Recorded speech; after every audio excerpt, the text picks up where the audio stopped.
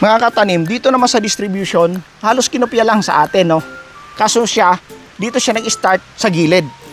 Ang number one na magiging problem nito, kung hindi malakas ang pump na ginamit mo, ay mahina na doon sa dulo. Bakit ka mo? Kaya ako mga katanim, naglalagay ako nito na system, lagi sa gitna. Okay, then, lalagyan ko lang ng T, spread into left and right. Pero dito sa system dito, napapansin ko, dito siya nag-start sa isang side.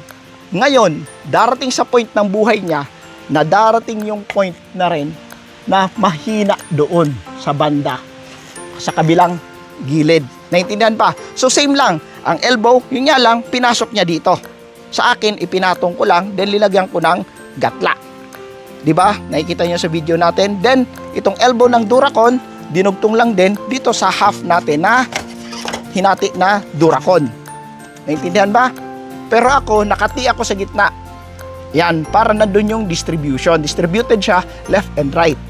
No? Sana malakas ang pump para hindi humina doon sa kabilang dulo. Well, sa spacing naman niya, pasok naman siya sa akin, no? Kasi same lang din, no? Kinopya lang din yung pagkakagawa ng ng greenhouse sa akin. Meron din siyang square tube na 1x1, then stopper din dito. Kaso, yun nga,